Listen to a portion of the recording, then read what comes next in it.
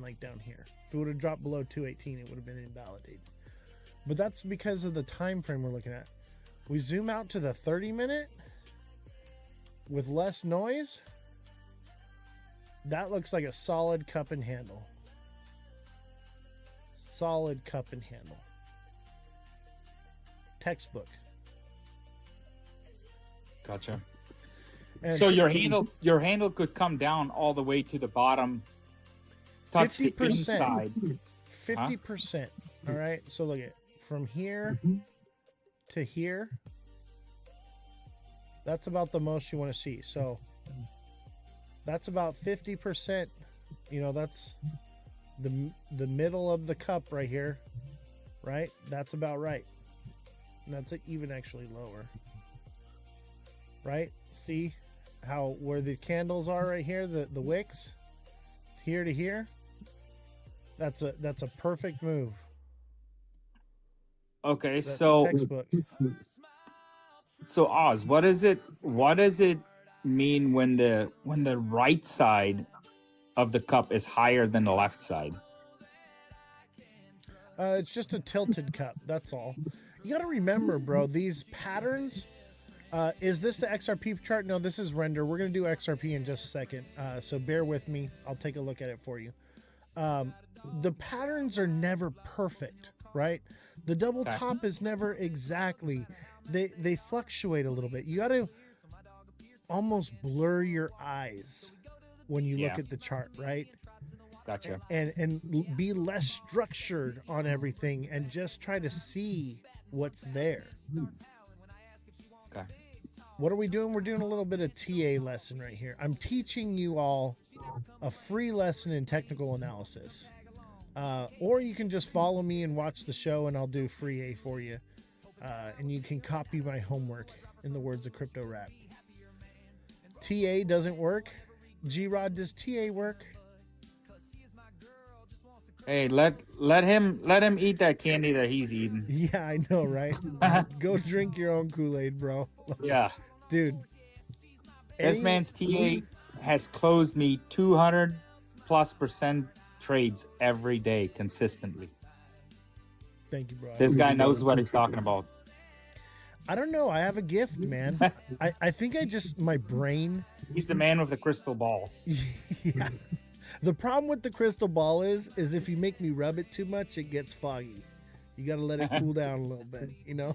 You can't rub the crystal ball too much. Look we're respecting this line right here. Already in the 30-minute, we're climbing here. This is beautiful. This is what we want to see. I'll even tell you what time we top her out. 1900 hours UTC time. Somewhere around there. What time is that? What's up, Elon Muff? How you doing, bro? You know, let's bring Elon Muff up here. I see UTC time, you said? What's that? You said UTC? UTC, Universal Time. Let's I want to talk to Elon Muff because my boy is educated. Elon Muff is very educated, knows what he's talking about a few things. But I do want to oh, he ran away. Can't right now. Oh, no worries, man. We're gonna have to do it again. I want to talk to you, bro, because I heard you. I forget whose live it was on. You were on, and you were talking about some things, man. And I was just like, I want to hear more about this. It was along the XRP lines. And by the way, check this out. Project XPX just came out like 12 or 18 months ago, something like that. Maybe it's like 19 months now. New project. It's a way for you to spend XRP with a card, like money. It's pretty goated. All right, somebody wanted to look at XRP. Here's my XRP analysis for you. I think we're coming back here to the 180 zone, possibly 175, 177. So what's up, G-Rod? What are you thinking on render? What am I thinking on render? Yeah. Hey, if it double tops at 240, I'm good. Yeah. honestly, I don't even think 240. Let me see. It was like the 1 hour. It's gonna go higher than 240. Honestly, I think 250 is the lowest that it would get that double top. Honestly, I think it does like 255 to $3. It could definitely go over. Remember remember how I said zoom out, right? But we're gonna. I mean, we're gonna pull back before then. Look at the daily, right? The same lines I drew, right?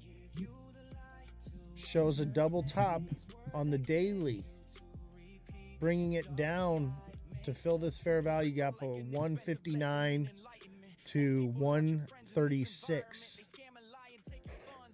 So that's a nice short, bro, from 150. Let's just say 150, right? So a short from 150 to 137. 250. You're talking 250. Oh, excuse me, 250 to 137, bro. That's a nice short. 250 to 137. That's what, like 300, 400% almost. Leverage. Hang on. I'm gonna tell you right now. No, it's more than that. It's got to be more than that. Yeah, it's a lot. Especially with the leverage I do. Yo, what's up, Crypto Rap? Hey, thank you for the heart, me guys. Don't forget to smash that like button, subscribe to the channel, share the show with your friends. Follow me on all platforms at Ozthecryptogoat, all lowercases, no spaces. We've got Crypto Rap, Oscar, Elon Muff, Revolution, G-Rod. We've got Francesca, all with gifts. Thank you guys so much. You guys are amazing. Appreciate you. Rap, you want to come up for a minute? You want to tell them why not? Tell the chat about why not. If you got a second. If not, I get it, bro. Like, no worries, bro. You're always welcome up on the panel. I slept on a 500X for 2 weeks and rode up 35% on a 500X leverage, bro. Holy shit. Nice. Bro, I thought I was risky with XRP on a 50X. Dude. Hey, that's what I was telling Josh, though. When it comes to the leverage trading, you'll start with 5, 10, 20X leverage. Before you know it, like, you're in 500X, 1,000X. And then that's when you get stopped out on like a 1,000X trade, like instantaneously, and you're like, what have I been doing with my life? And that's when you question all your life's choices. Elon, I want to hear about this. I know, I want to hear it too. What's up, bro?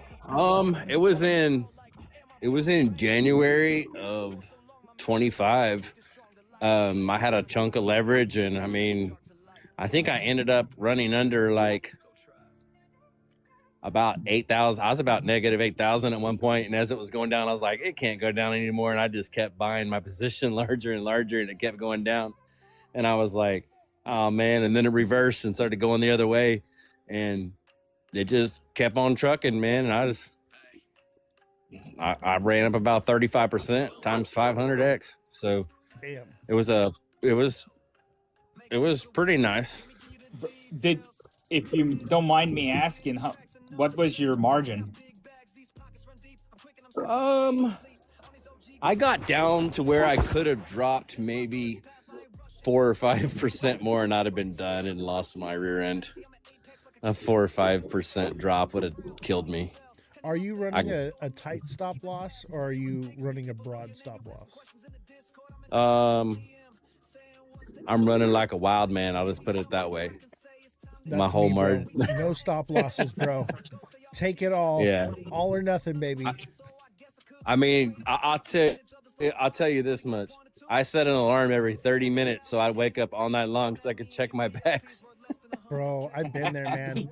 Dude, last year I was averaging 1 to 4 hours of sleep a night because I was like rage trading like crazy. Like I paid for all this equipment and this whole studio and everything all just from trading last year.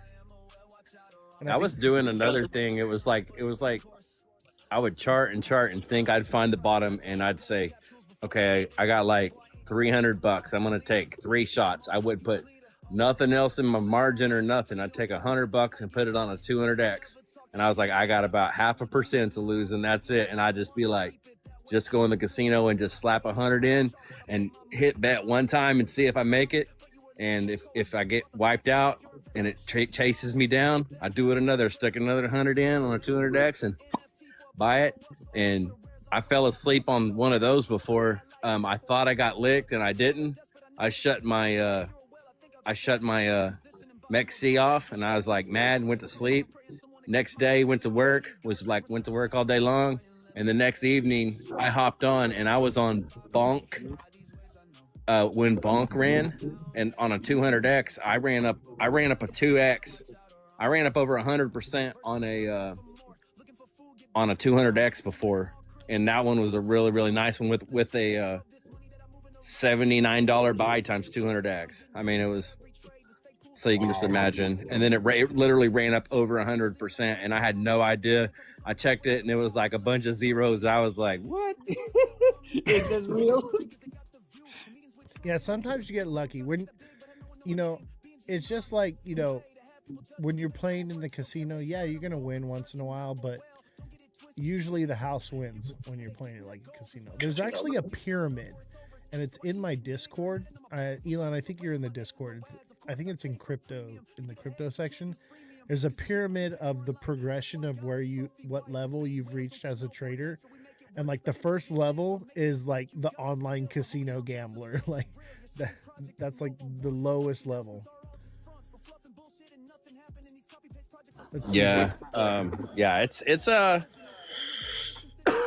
I've got probably 200 or 300 at least 50 to 75 X's that I've done. Virtual Streamer says, can you look at Vondra? Vondra, is this the chart right here? Is this the one? They launched this week. I'll tell you this right now. If it just launched this week, there's not going to be much TA available. This one says it was March 2022.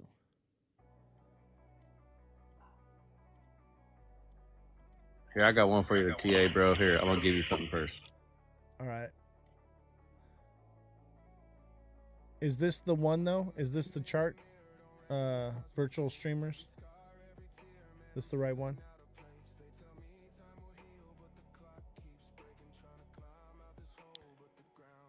Elon Muff, thank you for the money gun, man. Appreciate you, bro.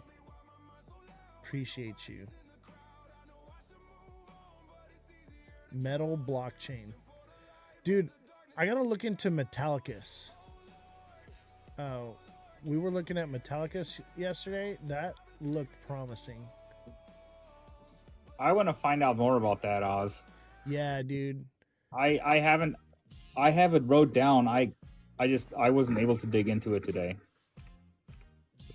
It's pretty interesting. Its actual use case when you look into it, and the proofs in the pudding. The more you dive into it, the more you realize the links, what it does.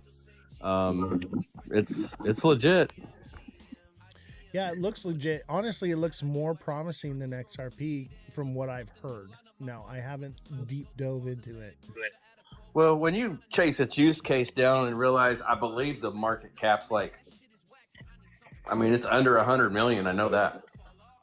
Yeah, low market cap is going to be more reward, right? That's why we're here, right?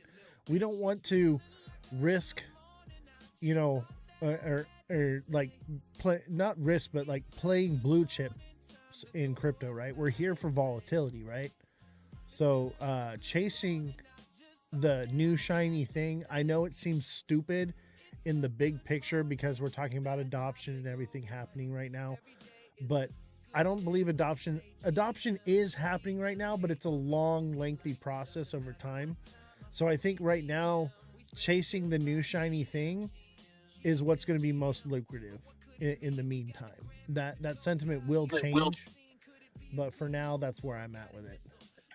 See, I have plays that, you know, I'm invested in based on actual research, and then I have other plays that's been mathematical plays. Like I throw $100 at the floor of tons and tons of $3,000 to $5,000 market cap coins. I rode one from 3,300 to $9.8 million in 3 days one time, and I had only sold 1% of it on the way up, and I still had 4%. Yeah, me, I'm looking for, you know, not necessarily meme coin status low cap, but utility low cap, right?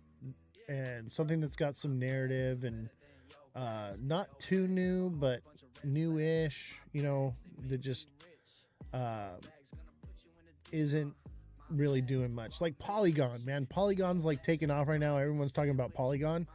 Man, for the last 8 months, I've been saying, hey guys, Polygon's a sleeper. Find the bottom on this one and get in. It's going to do something big. And here we are. I'm always just shooting early. Let me do a little bit of TA here real quick for this guy.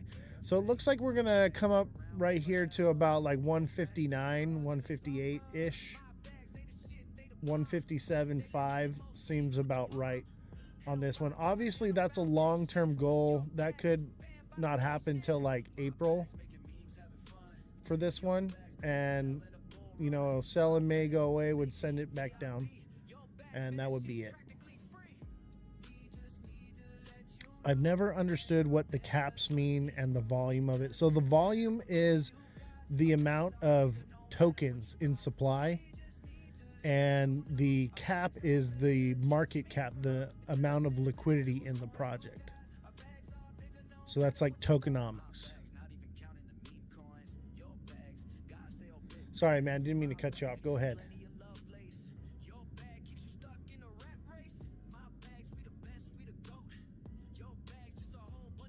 Nope, nothing. Nope. As far as tokenomics go, Quant is my most bullish on tokenomics. Yeah, low liquidity, or not low liquidity, but low market cap, low coin supply. Yeah, and like 99% circulating, and it goes deflationary, and the use case is massive. And it's RWA, if I'm correct, right? Or am I wrong? Quant is like, it makes all blockchains interoperable, and also another thing as well, when you get wrapped coins, those smart contracts, there's always flaws inside of those that makes projects just die. There's no need for a wrapped coin with Quant. They make them all intermingle without wrapping and creating smart contracts that have flaws inside of them. Yeah, it's like in direct competition with Link. Yeah. Actually, it's really not a direct competition. They both have two different use cases. Like if you was to just pull up a AI and say, hey, what's the difference in use cases between the two? One is DeFi, and well, it's not totally DeFi, but they have different use cases, is the best way to put it. You'd have to just type that in and go search that real quick. Interesting. Honestly, I think for now, stable coins, man. Everything's going to be focused around stable coins. That's the play right now. And man, I kind of want to just pull this up. Let's just watch it real quick. And I'll show you why.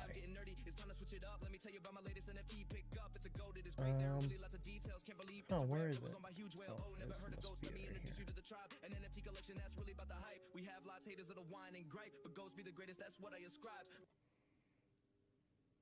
Yeah, here it is. Here it is.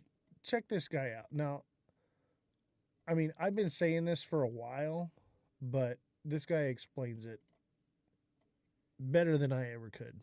The shadow government is exploiting a crypto backdoor to erase the $35 trillion worth of government debt. They just got exposed for cloning your money to pull this off. It all started when the Genius Act got written into law, allowing banks to create stablecoins. See, everybody thought it was just about crypto, but they didn't realize that there's actually government debt tokenized right now on the blockchain as well. So tokenization just means that you could take any asset or liability and turn it into an actual token. So right now what they did is they took the government debt and they made a token version of it. Tokenization of all assets. And you guessed it, BlackRock is the biggest issuer of this tokenized debt. When you combine it with the fact that banks can now create stablecoins legally out of thin air, it gets a little out of control. So this is how the current banking system works. A regular person just deposits money in a bank, and the bank is legally allowed to loan that entire balance out to anybody they want for car loans, house loans, whatever. And the person that takes the loan has to pay the bank back a yield. So the bank profits off of your money. In other words, they give you the innovation of a debit card, and they give you security by insuring your money. So they're allowed to loan it out to as many people as they want. And now they have this innovation, which is stablecoin issuance. If you take your real money, right, and you put it through a product like Tether, Tether takes that real money and actually invests it into government debt. Tether is able to profit off of buying government debt, and you get the stablecoin version to be able to use in crypto for DeFi or whatever you want. And it all starts to come together with this last element of tokenized debt. Remember when I told you that the stablecoin, you could use it for DeFi? Well, there's a lot of people that are taking that stablecoin money, and you guessed it, putting it right back into government debt. Here's the proof. There's close to $8 billion being currently invested through tokenized government debt. So you have stablecoin issuers like Tether and all these banks that are about to create stablecoins, putting that money into government debt, and then you have the same people that got the stablecoins putting money into government debt. It's duplicating the money and then flowing back into government debt. This is insane. The Federal Reserve controls money in the United States. They get to pick the cost of interest rates, which is the cost of borrowing money. When we have a high cost of borrowing money, what happens is banks have to give out expensive loans. So if loans are expensive, nobody wants to take out a loan, right? But if loans are cheap because the Federal Reserve lowers interest rates, then we have a lot more people taking out a lot more loans. See, when people take out a lot of loans, that's a lot of new liquidity in the system, and we see asset prices like crypto and stocks go up a lot. So obviously, as an investor, this is like the most important thing and what I've been screaming from the top of my lungs for a long time. Interest rates are dropping, but not only that, this stablecoin duplication hack is also injecting a whole bunch of liquidity. Let me show you. The Bank for International Settlements literally wrote a paper on how crazy this stablecoin liquidity is for government debt. And they came to a conclusion that just through stablecoins buying debt, this is equivalent to the Federal Reserve dropping interest rates by 2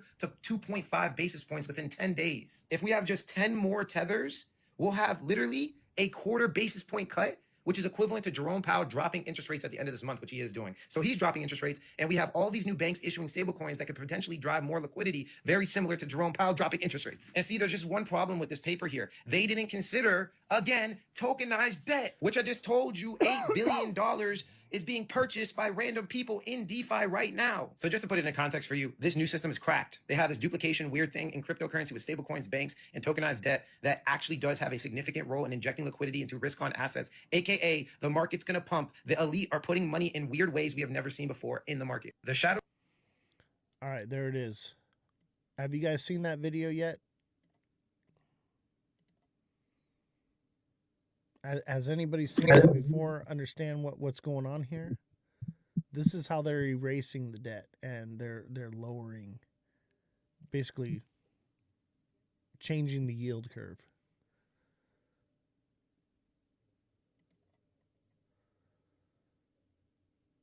No one. No, I didn't. Yeah. Sorry, you was shutting out. What now? But they're basically fixing the yield curve with stable coins. Yeah. So another thing is, so like, let's say the government, when they go to pay their employees, they could create a stable coin and buy a bond, and that bond goes towards the debt, and they're paying out. So they just, when they paid their employee, they're actually taking away the debt and creating a stable coin with it in a short-term bond. Yeah, and it seems like it's the play. Stable coins seems to be the push. The question is what is the use for a native token? Because obviously, like, yeah, we're going to need facilitation and transfer, gas fees, things like that, right? Paying of fees for transferring from one stable coin to another, right? But are we getting played with this native token idea? Because like to me, like let's talk about adoption, right? Adoption, real world use case. Do you want to get paid in XRP when it's at $4 or $5 and it's about to come down to $1? You wouldn't be paid in XRP. You would be paid in RLUSD, which is pegged at $1. Exactly. So it seems like stable coins is the play. XRP kind of runs in the background, right? But it doesn't Yeah, because you're matter. going to see like how there's RLUSD. So basically in the background, like a dollar bill that you have in your hand, that's a tokenized version of liquidity. That dollar's not, you can't use that dollar to actually create a dollar. It's not gold. It's just tokenizing the value of money that used to be, well, it used to be gold back. So it used to be a token of a piece of gold sitting inside of the reserve. So But XRP is the liquidity pool to correct. facilitate the fast transaction. Correct. So let's say, for example, you need to pay someone in China, and we're going to see this in the future. You're going to see RL Yuan, RL Peso, RL Ruble, and you need to send them value. When you send them RL USD, it goes through XRP and comes out the other side as a RL Yuan. But the actual stablecoin that you're holding doesn't actually have any value. The liquidity, it represents a dollar or it represents a yuan, but the liquidity is actually inside of XRP, and that's why they call it liquid. Right. So let's say that that's adoption. We can agree that that's probably how this is all going to work, right? Obviously, we're still kind of speculating it. They could come out with new technology tomorrow that just underwrites everything we're about to say. But speculating that that's what's going to happen, that's the play right now, right? How does that affect the price of XRP, right? So, I think it locks it up. Yeah, that's what I think.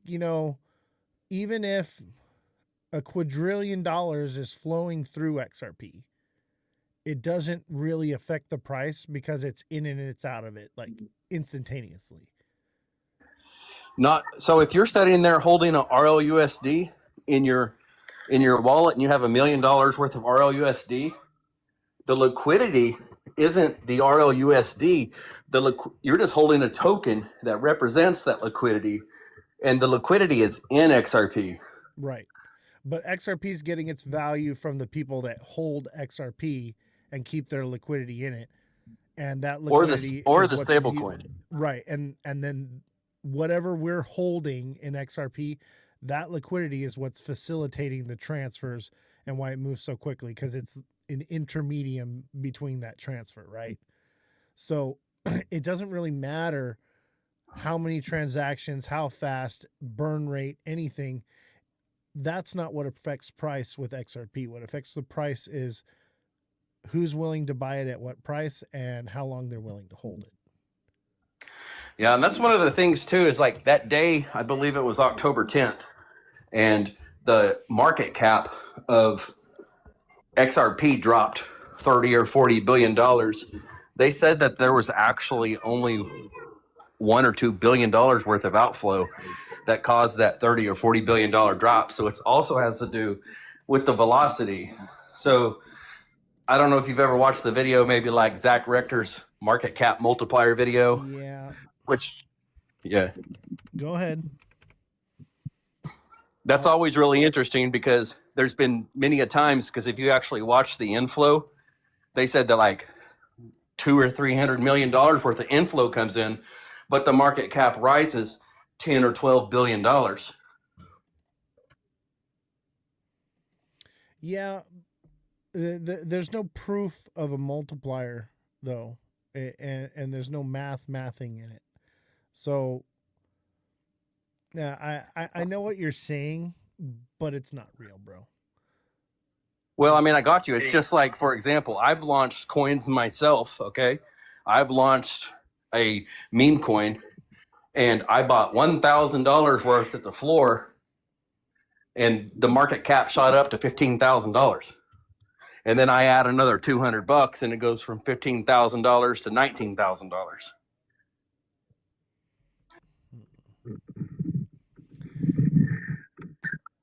It's the same with every other coin if you ever watch the inflows, because you can watch the inflows by watching the actual liquidity flows and buys. Those can be tracked. Someone help me out here, because Someone chime in, because I'm just not buying it. Like I've looked into the market cap multiplier, and what I've found is it's a pipe dream. So like, give me some kind of valid evidence, because I've had a lot of people come on the show, and I'm like, show it to me in black and white. Show me the math, right? Prove it to me, and I will scream it to high heaven. But so far, no one's been able to actually bring anything to me that's tangible. Like, we can all say and talk and speculate, but dude, if you can give me something valid that I can look into, I'll jump on board with you, man. I want to believe.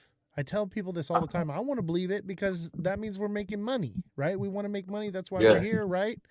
So like, show it to me on paper, bro. Like, and I'll scream it to high heaven. But no one's been I've able done to all kinds produce of anything testing yet. before. So I literally coded a coin before, and I stuck 90% of it in a wallet. Or actually, I stuck 99% of it in a wallet. I put 1% on the exchange, and I spent a few $100s on that coin from absolutely nothing, and ran the market cap up to $600,000 with only $500 worth of liquidity. Yeah, that's possible. Wait, is someone else talking? Was that you, Black? We can barely hear you, bro. Hear me? Hear me now? Barely. Your volume might be down, because I got all your guys' volume up. But to what G-Rod was saying on render, he's like, render's dropping. It's good, bro. Look at, it's respecting the trend line, and we're wicking up here. So just calm down. Hold on to your britches, bro. We're going up. Get the 500X going. Can you hear me now? Trust the process, bro. Trust the TA. It's never going to work out perfectly. It's not going to do exactly as I say, but it is going to move that direction. All right? You good, bro? Do you need me to talk you down some more? Trust the process, bro. I just watched this back. I know it's scary, bro, but like, look, that's So just a one way to- liquidity sweep. One way to do this, go check this out. Go open up Fartcoin in CoinMarketCap and look at the market cap of it, and then go look at the liquidity. So when the market cap of Fartcoin was $1 billion, there was roughly like $4 or $5 million worth of actual liquidity in it. That means if one person sold $1 million, that coin would drop 20%. So it goes both ways. So it goes going down and it goes going up. So there's your market cap multiplier just right there. The proof's in the pudding. If you're sitting there at a $1 billion market cap and there's only $10 million in liquidity, and Bob comes in and buys $1 million worth of the coin, the market cap's not going to go to one. It's not going to go up. But isn't that the purpose of why Ripple holds, 44% of the 42% of the supply, is to keep that from happening, and that's why they release it? But here's the kicker of that, though. Those are not circulating coins, though. Those coins are not circulating. They're not counting. They're not holding the stability of the project. I've been in projects before, like Meme Coin project. I know this doesn't, where the liquidity is really low. Okay, like I told you before, I spent $300 and bought 6% of a project one time, and at $3,500 market cap, and that coin ran to almost $10 million. Okay, my wallet was $700,000. I tried to hit, I was not going to do it, but I went to go hit sell, and I was only going to be able to extract $65,000 to $70,000 out of that project, even though it's because the liquidity was not there. Now, my $65,000 sell would have took that project from a $9 million market cap all the way down to a $4 or $5 million market cap, because the liquidity, like if the coin has 1% liquidity, the market cap is like 100x, like the market cap multiplier is like 100x. If you got 50% liquidity and you have 1% of the coin and you sell 1% of the coin, that 1% is going to probably drop that project Because according to you, if there was no market cap multiplier, if I sold 1% of the value of the whole coin, then the coin would only drop 1%. But since there is a market cap multiplier, if it's a $10 million project and I sell $1 million, like that coin's going to zero because there ain't even $1 million worth of liquidity. You can see that all day on these projects. And it does the same thing going the opposite way. But so isn't it also the higher the market cap is, the less that fluctuates? The less? No, not necessarily. It matters on the liquidity rate. So if you look at a project and it has $1 billion market cap, but it's got $500 million in liquidity, then you literally got half. It's literally 50% liquidity. If somebody come along and they sold $1 million of $100 million project, it's nothing. And it had a $50 million. It had a $50 million worth of liquidity. That $1 million isn't going to drop that thing, but 3 or 4%. But if the liquidity rate is only 1 or 2% on $100 million project, and there's only $2 million worth of liquidity, you got to realize that liquidity is not even. If it says there's $2 million worth of liquidity on a $100 million project, that there's actually not even $2 million worth of liquidity, because there's $2 million worth of liquidity in that pair. So if it's Solana / poo-poo in you, there's $1 million worth of poo-poo in you, and there's $1 million worth of Solana. It's half and half. Those liquidity pairs represent half of that liquidity. So if a market cap is $100 million and it only has $1 million worth of liquidity, or $2 million, if I'm just going to go ahead and say $2 million worth of liquidity, if somebody tried to sell $1 million, they'd send that coin into they'd bury it. Right. And they probably wouldn't even extract $400,000 or $500,000. And before they could even sell it and get out of it, they'd lose 70% of the value of their bag. So let's say that that's true. All right. Then how does XRP get this massive multiple X multiplier happen to it? Where's the okay? So that's like from? For the examples. If you watch the videos, from? Okay, so let's say everybody, like on the news, all of a sudden somebody starts talking about XRP, and everybody and their dog starts buying. The velocity of people buying is so much more than the velocity of the people selling. So you could literally, and I've seen it happen so many times. Somebody says something about XRP, 7, 8, 10, $20 million worth of inflows happen in a day or two, or in half a day, and the market cap's not going up 10, 20, 40, 50 million. It's going up 10 or 15 billion.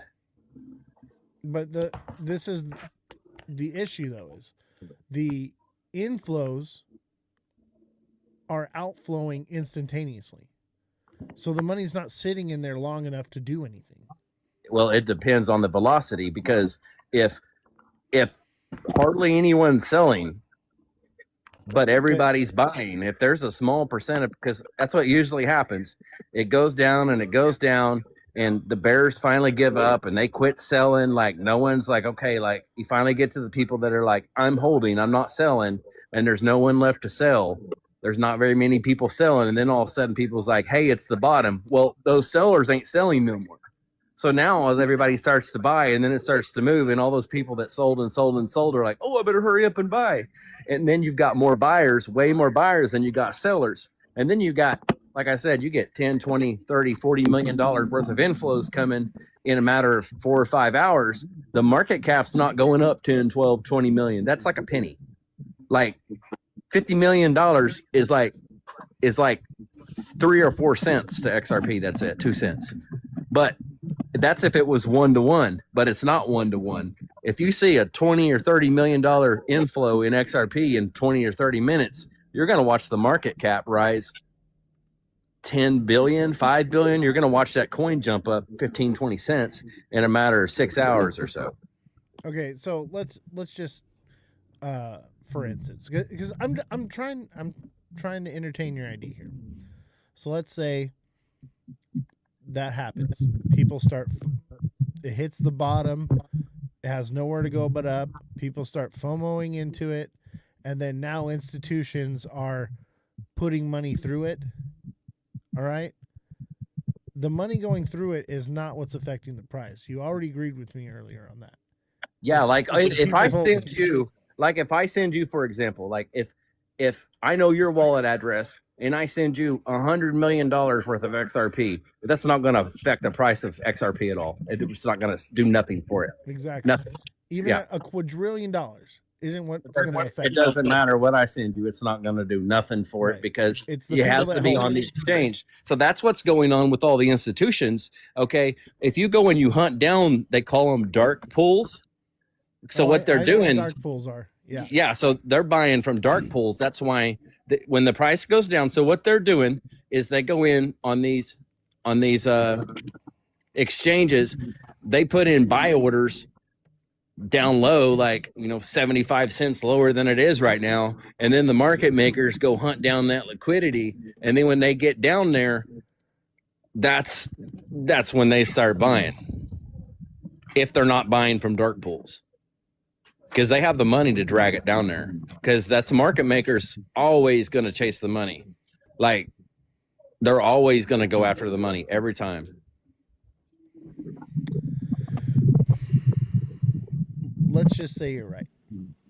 Do me. Have you ever watched? There's a video I know called. what I'm Okay. trying to. This is my point: is where's that liquidity coming from that's creating this FOMO and whatever? Because pretty much XRP is topped. The people that are buying it are buying it. That's it. Maybe down the road, another 10% of the world's population will start to get into crypto in a decade or two. So I don't think so. I mean, honestly, I honestly feel like it's coming. I feel like it's just going to be a matter of time that Granny's going to pull up to the gas station. She's going to swipe her card. She has no idea what crypto is, and in the background, there's instantaneous settlement inside of the banks. Instead of the gas station having to batch all of the receipts at the end of the day to save themselves for money, they're going to get instantaneous settlement as soon as she swipes her card, and she's not going to know nothing that's going on in the background, and it's going to be the banks that are using blockchain to make instantaneous settlement. That's how I feel this is going to end up. Granny is not going to be using XRP.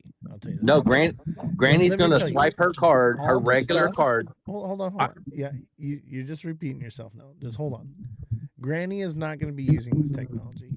They are going to, first of all, the people of that time frame, that era, the boomers, grandma, grandpa, all that, they are very anti digital currency. Okay, Absolutely. 99% of them think it's a scam, or they I think it's you the mark misread of me, the bro. beast. I think you misread me. Here's the kicker. She's going to swipe her card, and she is going to use the money that's in her account, and she's not really realizing that the money in her account is actually a stable coin. And when she swipes her card, the rails in the background are going to be instantaneously settling her transaction. She don't like crypto, but it don't make a dang difference, because when she swipes her card, whether she knows it or not, that's what's going to be settling the transactions in the background when the banks are using it. But why would Granny be using XRP if it's for She would. institutions? That's the thing. That's what I'm trying to say. Is she's not actually, into her head, she thinks she's just paying $13 for a gallon for gas. She just swiping her card and spending the money in her bank account. That's all she's doing. But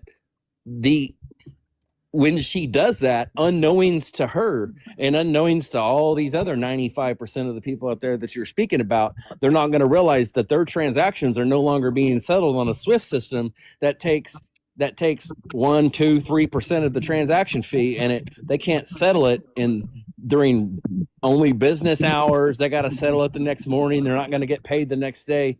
What's going to happen is, in the background, unknowings to 99% of the people out there, they're going to swipe their card. They're going to get instantaneous settlement. You're going to go to Walmart. You're going to swipe your card. You're going to buy a set of overalls, and the money's going to come instantaneously off your card and go instantaneously into their account via blockchain in the background.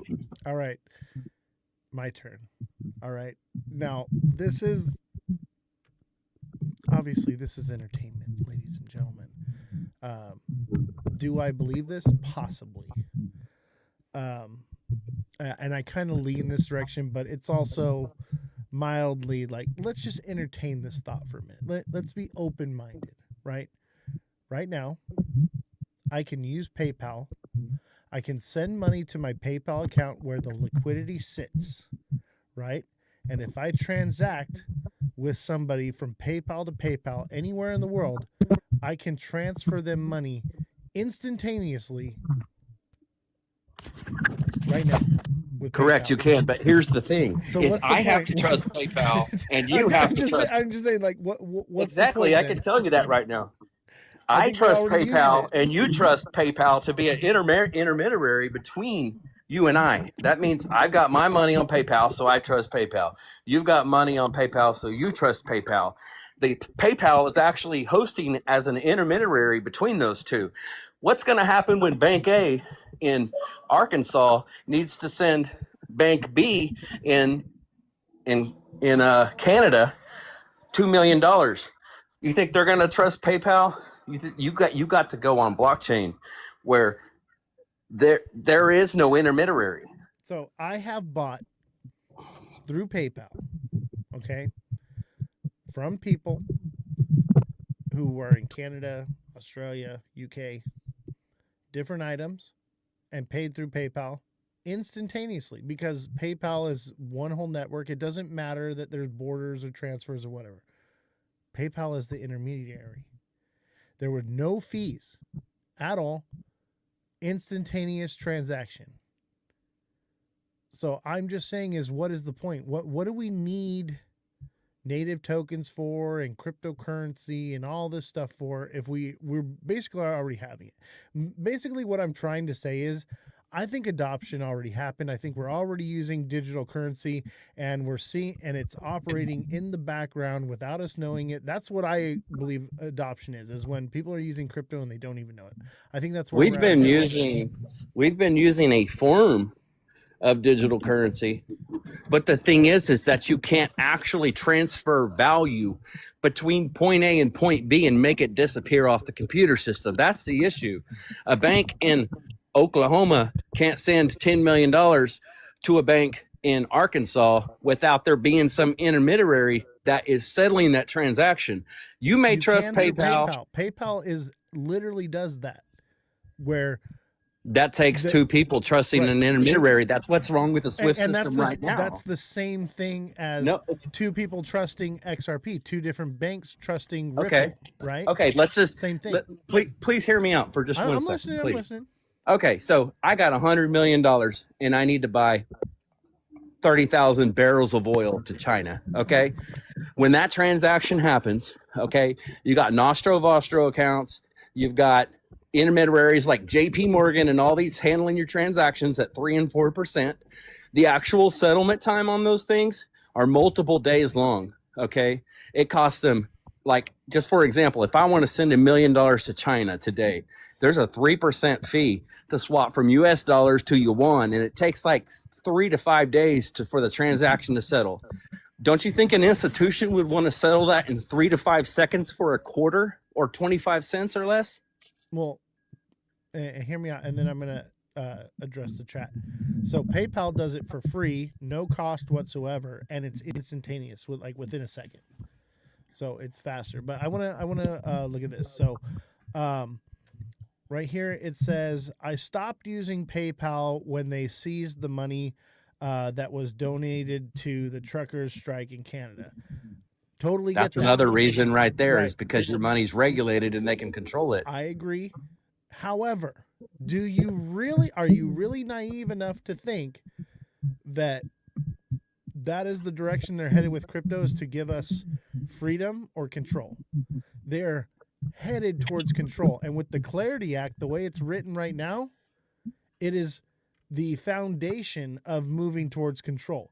Unless we can take it to the Senate and have it rewritten. Now, the Boozman-Booker draft has been written, okay? And if we can add that to the Clarity Act, now we're talking about having some security for the investors and not the institution. The way the Clarity Act is written right now, it takes all security away from the investor and the consumer and puts all the security on to the institution, right? Which Correct. is basically the system we have now where the banks can fuck up and do whatever they want and then we bail them out.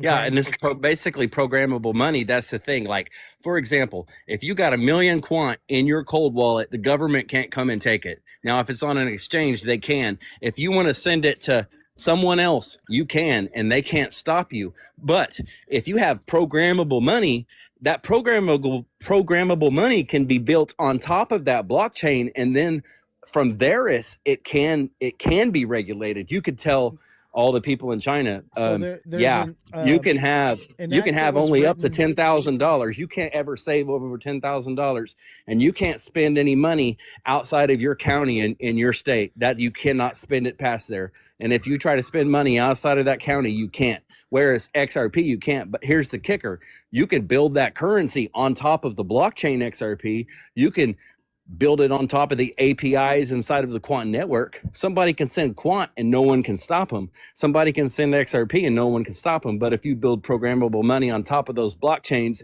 inherently with the smart contracts together, at that point you can say this wallet cannot hold more than 1,000 XRP, or I'm sorry, $1,000 worth of RLUSD or $1,000 worth of any other currency, and it can't make any transactions over $10,000. And if it ever gets over this much amount, you can't ever get over $10,000 in a wallet. All right. In so other words, hear if me you out, have hear me out. 9,500, yeah, go ahead. All right. So the Bank Security Act, BSA, now changes here in 2026. They pushed it out like a month or two, but it's supposed to be enacted. It's been in act since 1970. Ripple is applying to be a bank, and cryptocurrency falls under the BSA Act. Okay, which means that any transaction over $600 can be monitored and controlled by the U.S. government. So, what about crypto tells you that you are going to have full control and they're not going to be able to stop you? And there's anything different than what PayPal's doing? It's the same thing with different letters and names, bro. Nothing's different. Okay, it's like one way to look at it is imagine you investing into PayPal a long time ago when PayPal wasn't worth anything, and now your bags are worth a ton. And like people that are on top that are actually inside transferring money across can only send up to $800 at a time. I don't even know what the rules are, to be honest with you, but that's the thing, is the technology is built on top of the blockchain. The base version of that blockchain, nobody can stop you. There is nothing that they can do ever in the future that's going to stop me from sending someone $1 million worth of XRP. Now, if they build, yes, they will. I guarantee you right now. You're telling you right now that they can go inside of people's wallets and that they can just take millions of dollars when you're not on an exchange? Not yet. Now, but they're going to have the only way that they would ever. Hold on. The only way they'd ever be able to do that. Don't make me ruggy, bro. Just listen to me for a second, okay? Right now, that's not the case.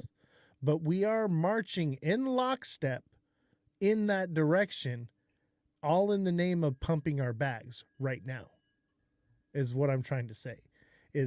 That's the goal. If you think that crypto was originally invented to be about decentralization and control of our own finances and without regulation, but we are marching in lockstep towards regulation, institutional control, government regulation. Okay? It's a slippery slope. Once you start going, the idea was that we were supposed to regulate ourselves and our own finances without anybody coming in to give clarity, because we want institutions in on this so that we can pump our bags. No, the idea was to keep the institutions out of it, to keep the government out of it so that we could manage our own money where no one could touch it.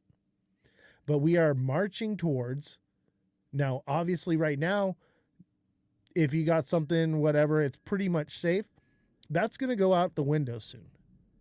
And if we continue on the path that we're headed now, say goodbye to decentralization, say goodbye to control of our finances, say goodbye to all of it. It'll be full control, cashless society, and that'll be it. They'll literally tell you what you can spend your money on, where you can spend it, and and for when and however and how long, and they may even potentially make it to where you're capped at how much at what time. I agree, and that's going to be built on that blockchain. Like that is literally what programmable money, like Quant Network, being used to tokenize the sterling deposits inside of European countries and all of that. You can build a currency system on top of that blockchain, and you can regulate that stable coin and say Bob can't have more than $10,000 in a wallet. Bob can't spend that money outside of his zone. If he leaves the state without permission, he can't spend this money. We're going to lock his account up. He can't do anything. So now here you got a guy that can't send anything out of these wallets. Now, these wallets aren't cold wallets. These wallets are government wallets that they have full control of. These are not you have your own keys, your own crypto. We're talking like a bank. Your money's in the bank, and ain't your money. You don't pay your child support, they're going to come take it. You don't do this, they're going to come do that. You don't pay your child support and you have $100 million worth of crypto on a cold wallet, unless they got a quantum computer and 750,000 years to hack your account, they're never going to get that money, and you can die with it in there. There ain't nothing they can do about it. As of right now, what they'll have is I'm going to fire up a quantum computer to take your money. No, what they'll do is like here in California, if you have a wallet that's inactive for what's like 2 or 3 years, the state seizes those funds on a exchange. That's right. Not a wallet. That's not even a wallet. The thing is all of that too, bro. If you have a wallet inactive, they can seize those funds. I promise you no. I promise you no. Cold wallet, you can't hack cold wallets off chain. As far as my concern is that they can seize that wallet. And so if you are a bad actor and you're in trouble, they'll just lock you up for 3 years and then seize your wallet.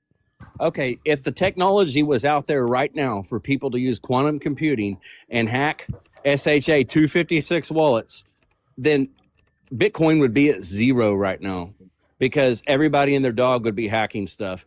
You got people like, I can't even remember the girl's name, the rapping girl that stole $500-600 million off of an exchange back in 2014, and that money's still to this day stuck off in a wallet and they can't access it. There's people, I think 13 to 18% of Bitcoin right now is inside of wallets that they can't access. Don't you think the government would be accessing those wallets? Now, if it's on an exchange, that's a different story. But unless they can, there's not even quantum computing that even exists right now that they can hack all of the crypto wallets. Like it's not even possible. Like you'd have to, like you could go right now on AI and say, how hard would it be to crack a 24 word wallet? And they would literally say that it would take 500 years with the most powerful processing computer that even exists right now. So self-custody moves assets off exchange in your own hardware software wallet where you hold the private keys. So it seems like you are correct there. It was my understanding that it was a different case. However, the vision I have for the future is not tomorrow. I'm talking 20 to 50 years down the road.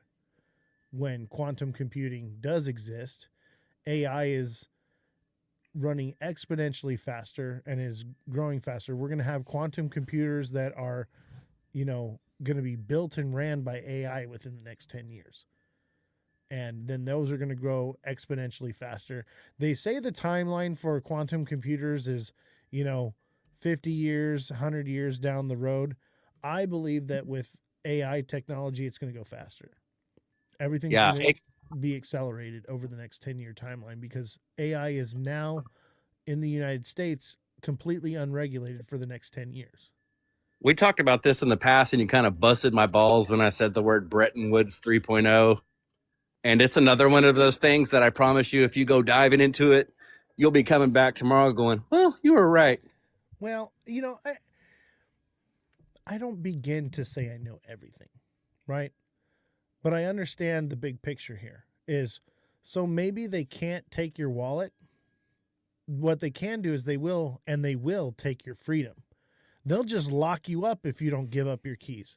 They'll put you in front of the wall and have the firing squad come around. And they'll just lock up those tokens forever, and they hold the balance. It's just going to raise they get it one way or another. I mean, yeah, I So get you. They can, what they can do is, so let's say I got $10 million worth of XRP in my wallet, and they can lock up where I bought the XRP. They can go to Uphold and say, hey, this guy used Uphold, and boop, shut my account down. And then it's like, okay, well, I'm going to use MEXC. Boop, I create an account, try to attach it to my bank. They realize what I'm doing. They shut that account down.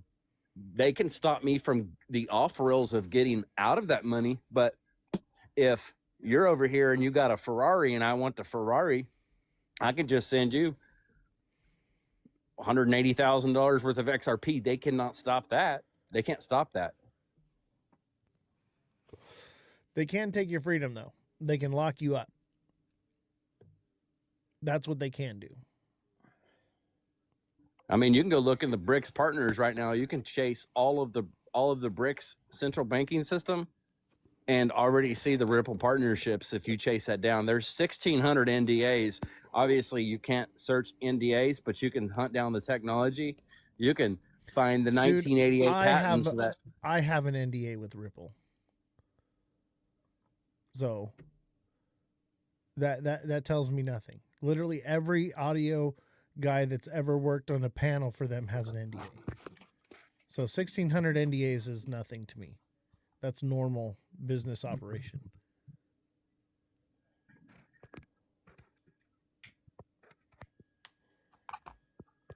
Let's open up the floor to Tristan. Tristan? Hi, Tristan. Hi, Oz. Yeah. How are you? Good What's to up, talk buddy? to you again. Hey, Good, thanks. Yeah, we're kind of monopolized the conversation here. I want to open it up to you. Yeah, I didn't want to interrupt, so I was just letting you guys have your back and forth there. But just to make a point there on, so some of the exchange, well, all of the exchanges now. So KYC is an important part of this conversation. So everybody that's joining an exchange at the moment has to pass the KYC on most exchanges. Yeah. And for the noobs here, KYC is know your customer. You have to input your information, upload your ID, that stuff. Go ahead. Sure. And in certain countries, like the UK and European countries at the moment, they have already capped how much crypto you can buy on the exchanges.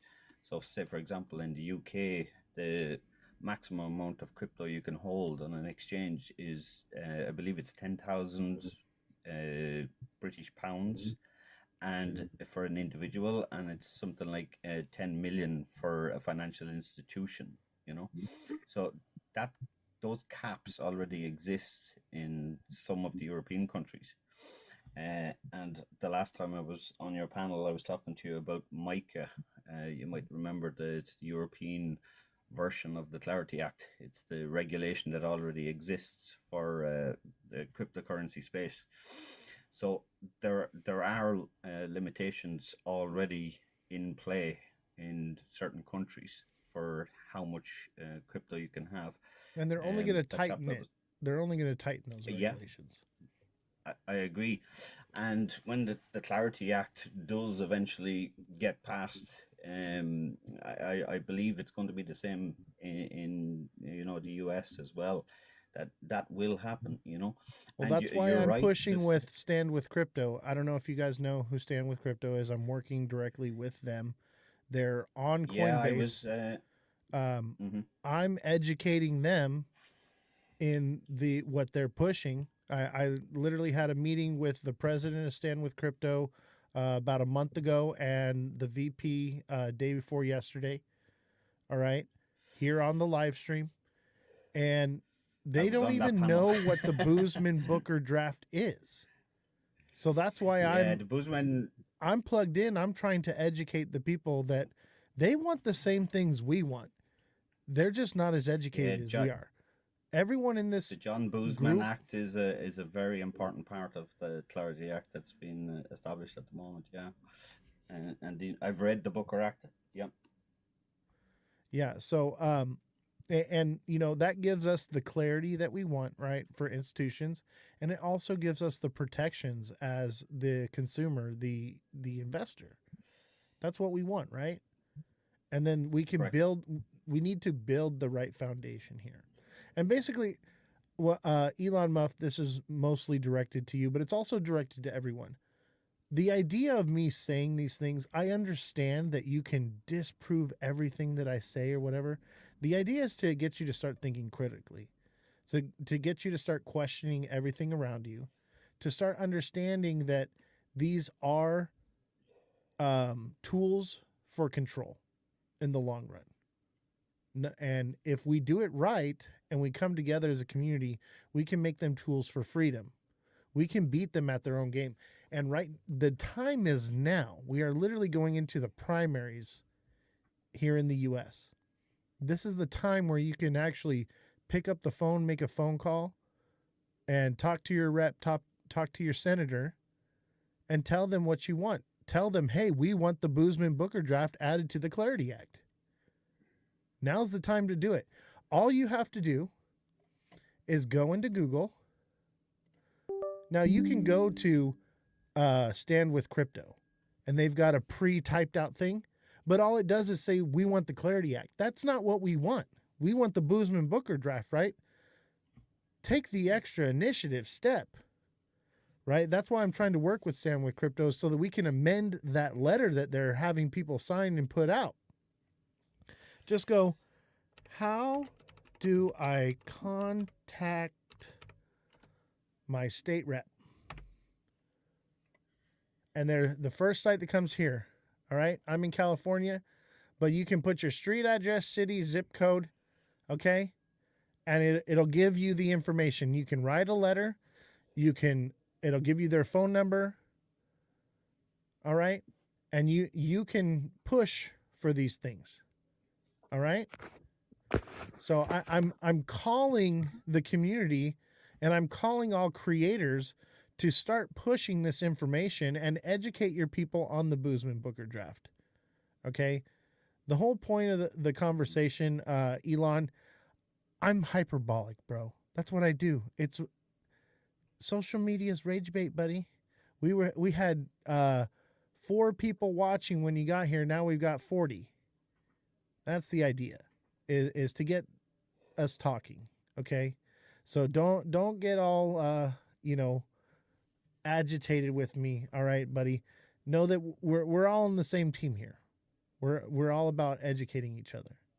Absolutely, bro. Have you ever looked at rwa.xyz by chance? I have not, but we can pull it up real quick. So it shows the live tokenization stack of tokenization of assets. So that's where you'll start learning about the Canton network. Have you heard about Canton CC yet? I have it. That's the talk of the town right now. Everybody's talking it's a about great Canton project. right now.